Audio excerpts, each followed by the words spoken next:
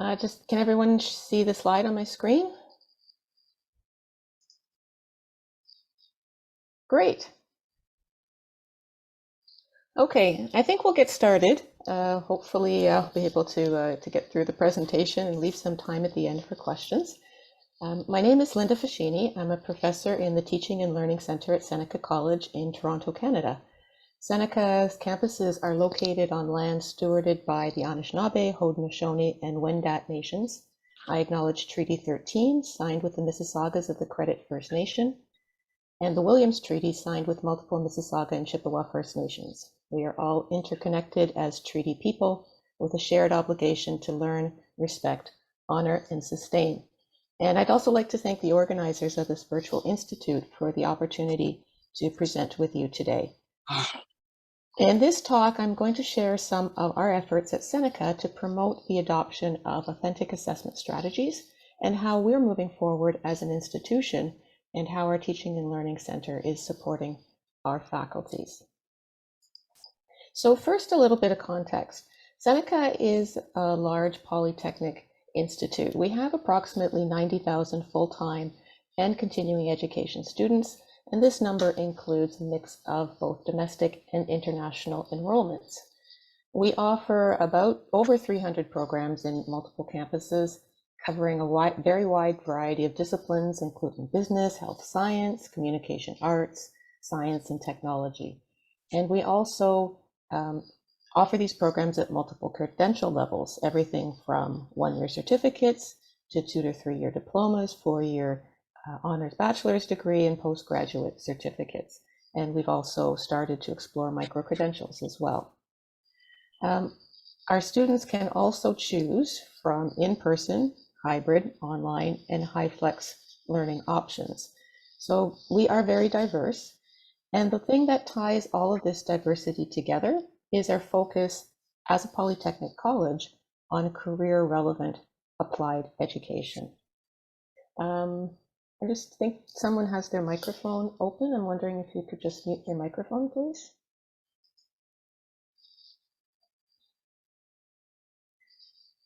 So even with this focus, or this emphasis on applied education and training, historically, many of our courses, we noticed, were still structured around traditional tests and exams as the major modes of evaluation. And we realized that this didn't align well with our focus, and it was not in the best interests of our students. So in 2018, our academic leadership took several important steps to initiate a change in assessment culture at our institution. And one of these steps was to eliminate the formal end-of-term exam period. Traditionally, the final week of our term was reserved for in-person examinations with no scheduled classes. After this change, classes would run the full term, and individual departments could decide for themselves whether or not to deliver assessments during that final week and what format those assessments would take. The other step that we took at that time was to draft an official student assessment policy. Included in this policy were expectations for the delivery of feedback to students and the use of authentic assessment methods where possible, with a focus on learning and reflecting the skills required of graduates in the field. But drafting policy is really the easy part. Adopting and implementing policy, of course, is much more challenging. And although we were making some progress, there was still a degree of reluctance to explore alternative assessment practices.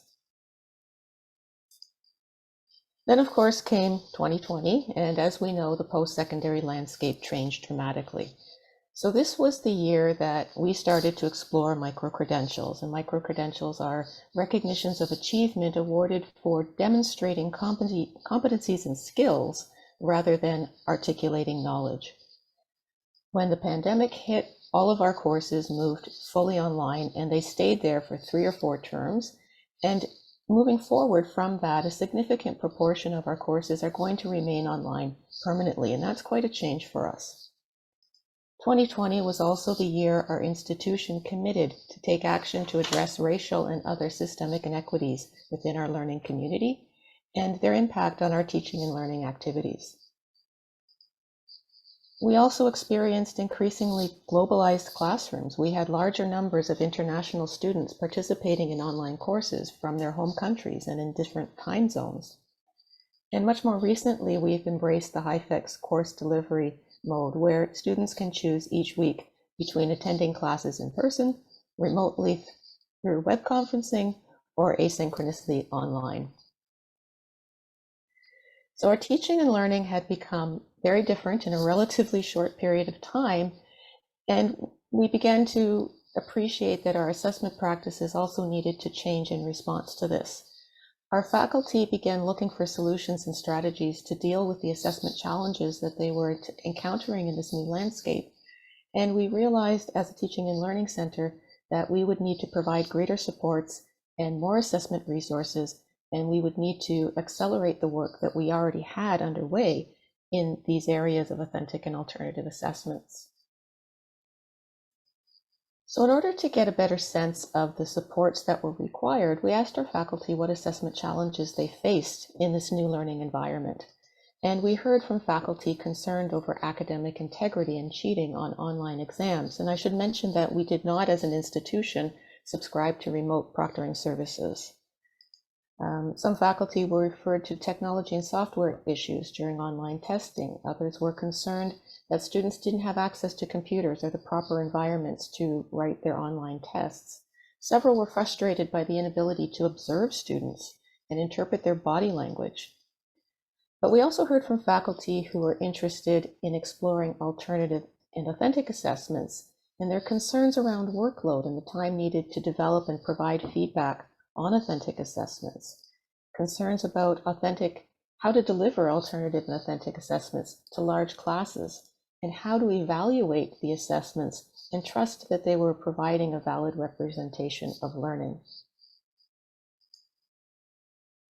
As a teaching and learning center, we also faced our own set of challenges in our work to encourage faculty to adopt these alternative methods. And by and large, the biggest challenge for us was overcoming the traditional assessment mindset. So overcoming this reluctance to change, the hesitation to do something different. And this reluctance is understandable. So it's natural for us to gravitate to those assessment methods that we experienced as students ourselves.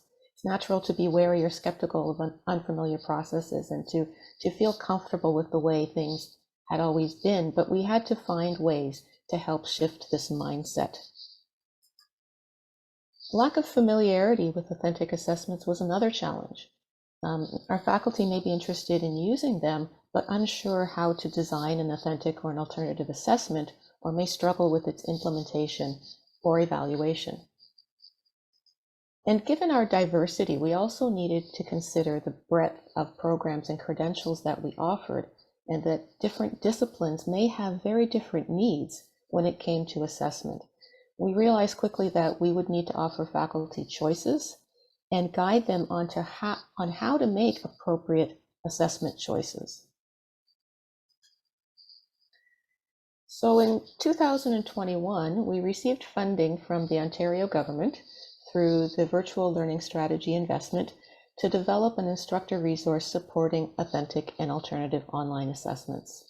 And along with our partner institutions at Durham College, Algonquin College, and the University of Ottawa, we created a press book called Rethinking Assessment Strategies for Online Learning, a short course for post-secondary educators.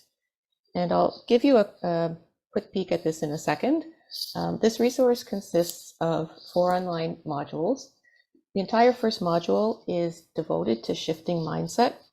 The second and third modules take a deep dive into designing, implementing, and evaluating authentic assessments and digital media assignments. We say alternative assessment here, but the focus, because it's online learning, was digital media assignments.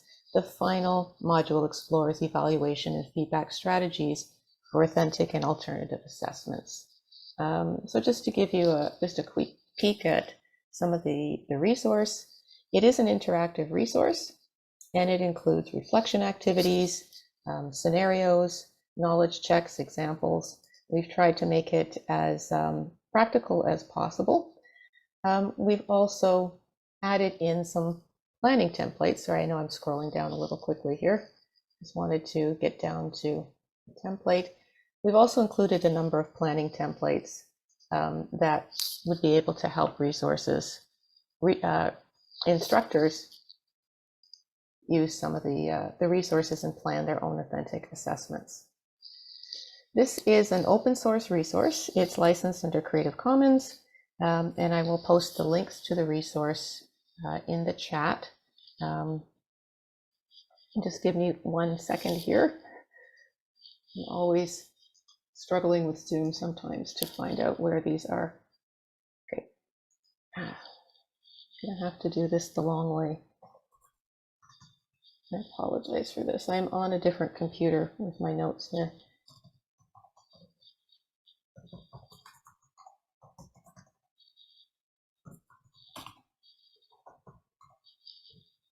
So while I'm just typing this in,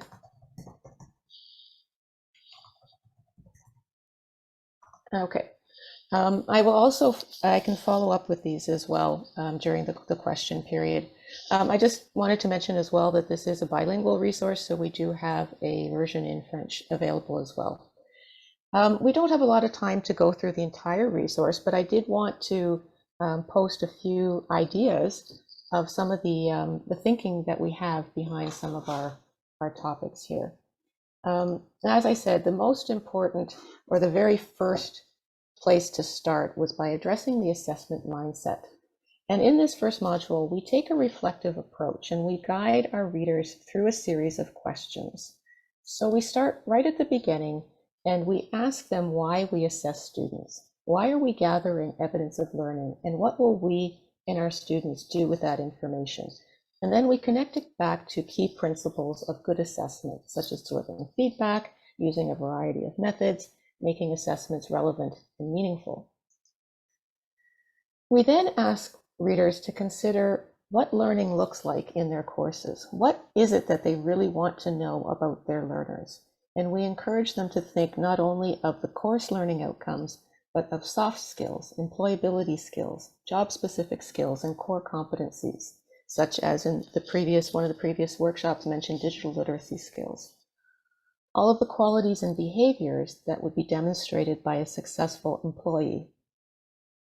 Finally, we have them reflect on whether their current traditional assessments supply them with the information that they really want to know, and whether these assessments are helping the students themselves become aware of their own employability skills and helping them to be able to articulate these skills to prospective employers. So are the students even aware of what their employability skills are? We also bring in discussions on equity, accessibility, universal design for learning, and culturally responsive pedagogy. We explain why these are important to learner success and how traditional assessments may fall short in these areas. And importantly, we don't preclude the use of tests or traditional methods, but instead we offer guidance and choice on when they might be appropriate to use and how they can be made more equitable.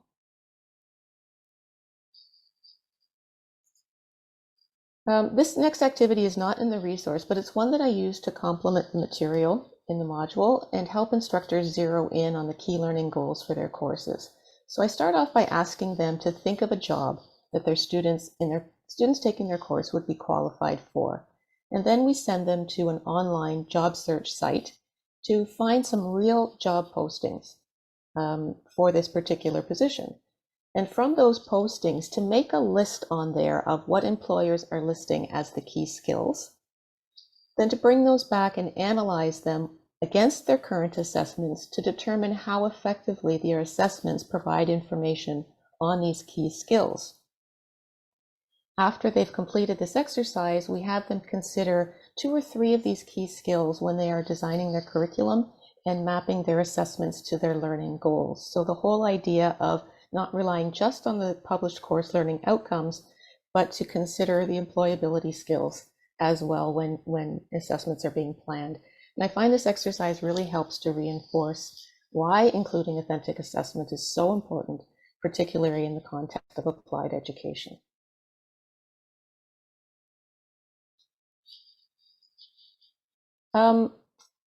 I mentioned we had a number of challenges to face. Mindset was one of them, and another one was building familiarity with the methods.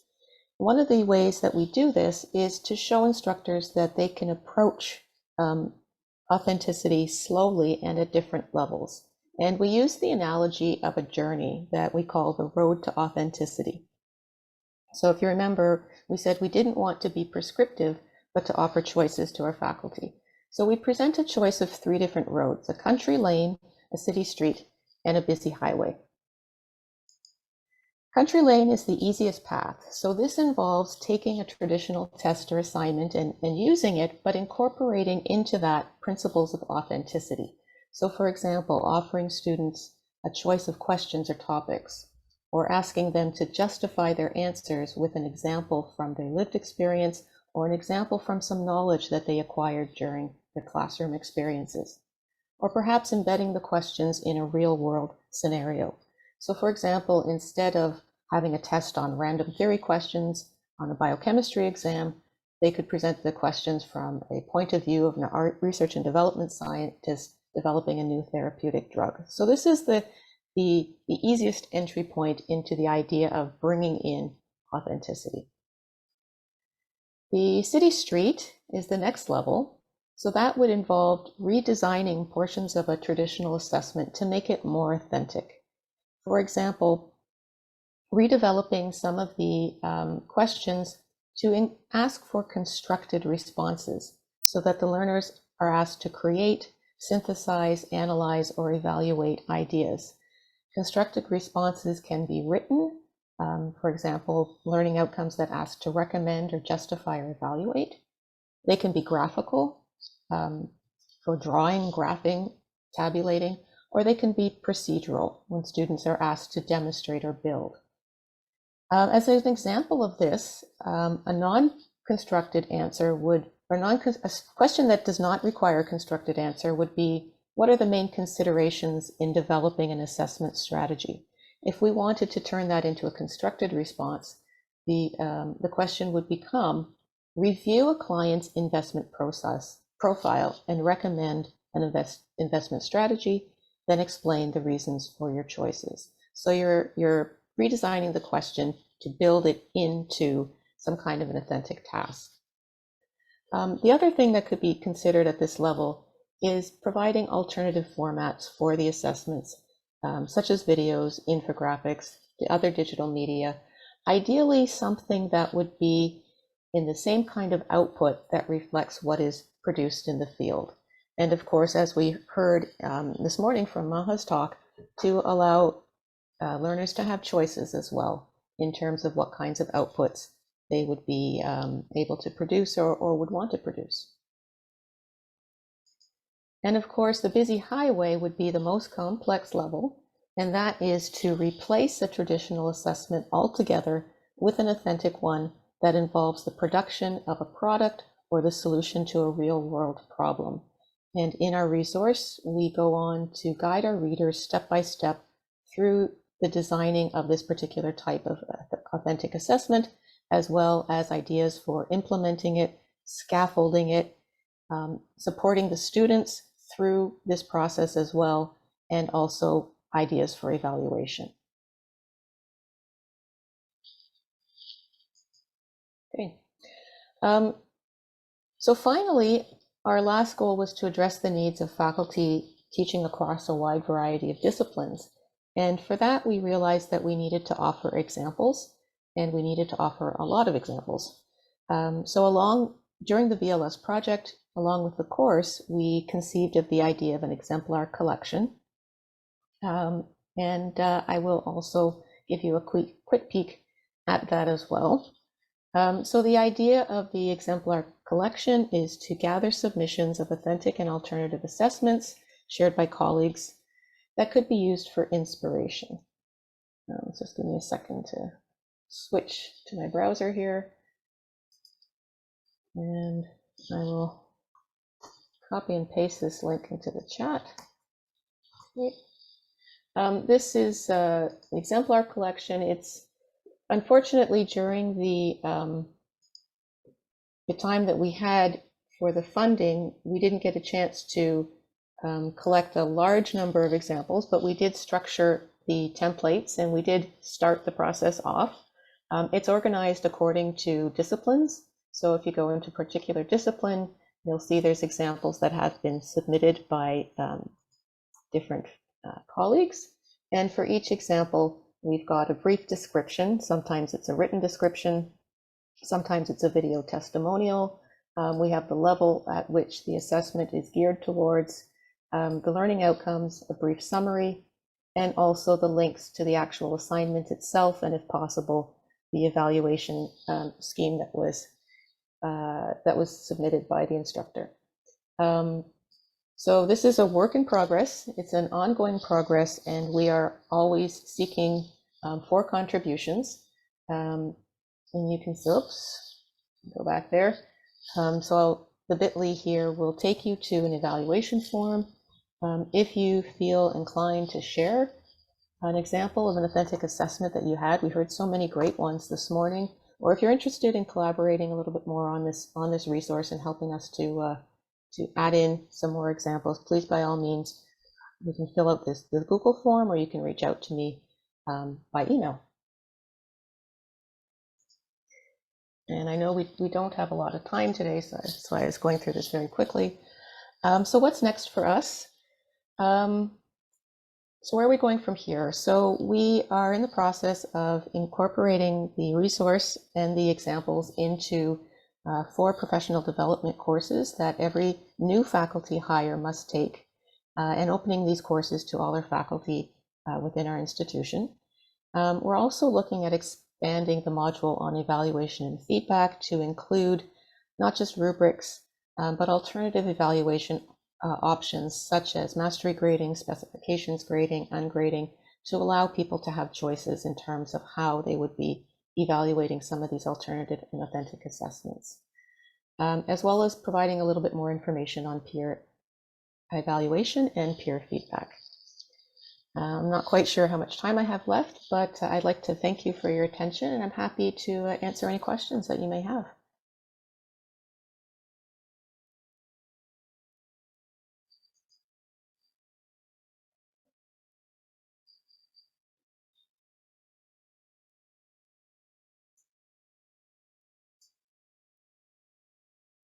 I'm just going back through the chat here.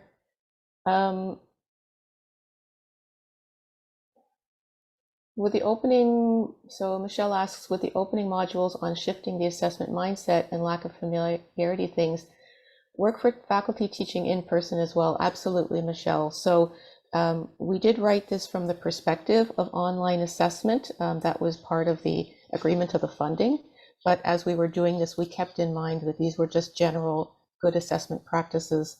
And although some of the challenges that we refer to are online assessment practices, the whole mindset discussion would be completely applicable to in-person classes as well.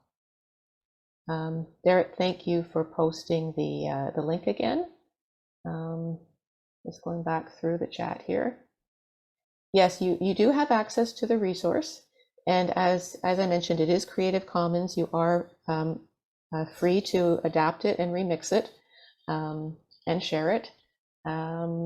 We would love to hear how you are applying it and how you found it. There is a feedback form in at the end of the resource as well, if you would like to reach out. Emily, yeah, we have a faculty development program, so all of our new full-time faculty hires have to take 3 courses. One is on Foundations of Teaching and Learning, one is on Technology Enhanced Learning, and the other one is on Inclusive Teaching and Scholarly Practices, and these are full-term courses. A term for us lasts 14 weeks. In addition to that, these courses that we're offering through assessment are 4-week self-paced modules, so they're very short. They have one deliverable tied to each one, and that would be part of what goes into that faculty development bundle. So that's for new full-time hires.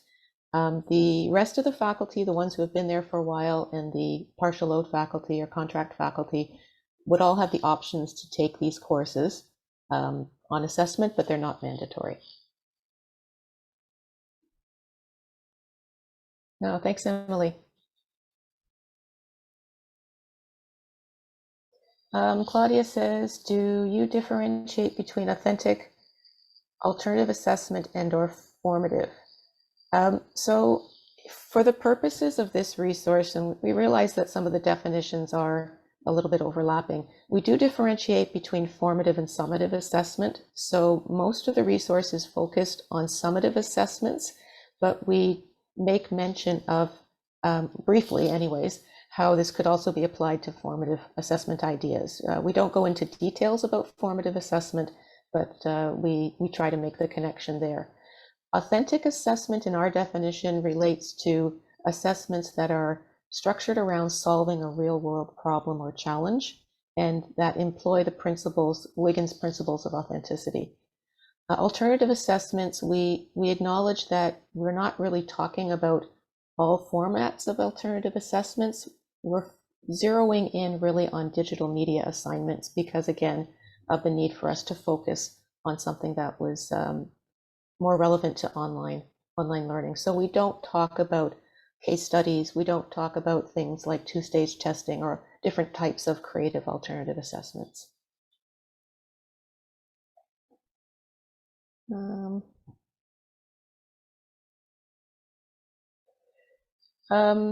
Michelle Withers, the faculty development model.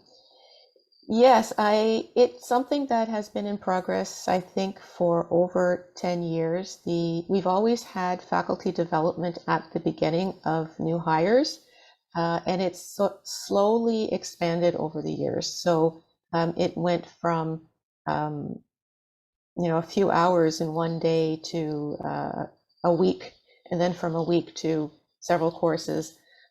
We do have to, part of the buy-in is the release time and some compensation for faculty so that they have arrangements from their chairs to get time on their schedules and on their workloads to take these courses. So it has now become a condition of employment with the understanding that if you're hired full-time new, you will be taking part in these courses. And we're quite lenient in terms of people who have other commitments.